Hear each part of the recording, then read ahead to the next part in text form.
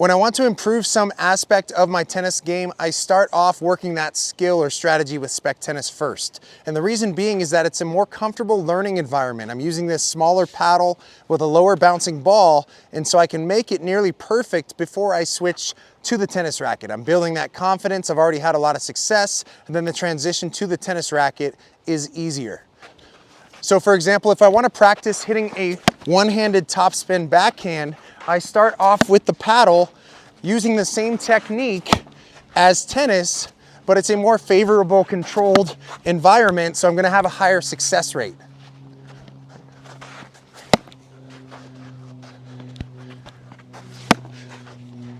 I don't have to worry about that ball coming too fast at me or bouncing up too high, so I can really just isolate using good technique. It's also easier for me to find the sweet spot of the ball because the paddle is a lot shorter than the tennis racket. Then when I feel good about it, I switch to the tennis racket. Notice I'm still standing pretty close to the net. I'm still getting an orange ball hit to me, so I have less variables to worry about, but my technique is exactly the same as it was with the paddle.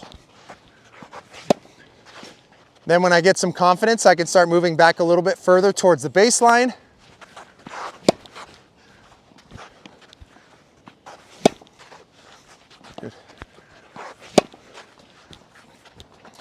And it's a much quicker learning curve because I developed the confidence with the paddle first, so I'm gonna miss less when I finally get to that tennis racket.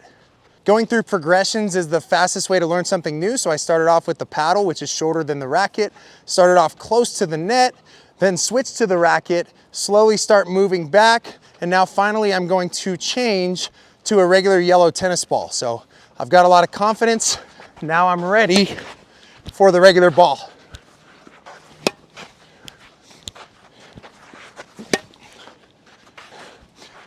So I encourage you to try this out, whether you want to learn a completely new tennis skill or whether you simply want to improve some aspect of your tennis game.